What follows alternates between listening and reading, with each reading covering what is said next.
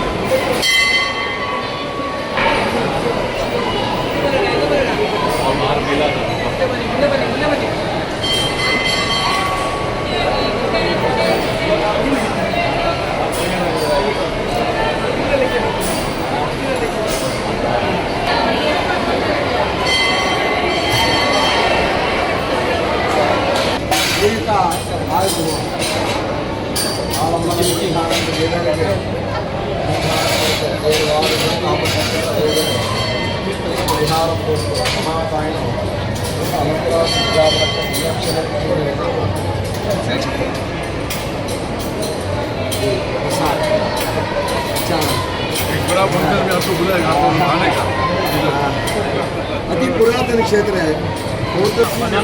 हाँ बनारस, हाँ काशी विश्वनाथ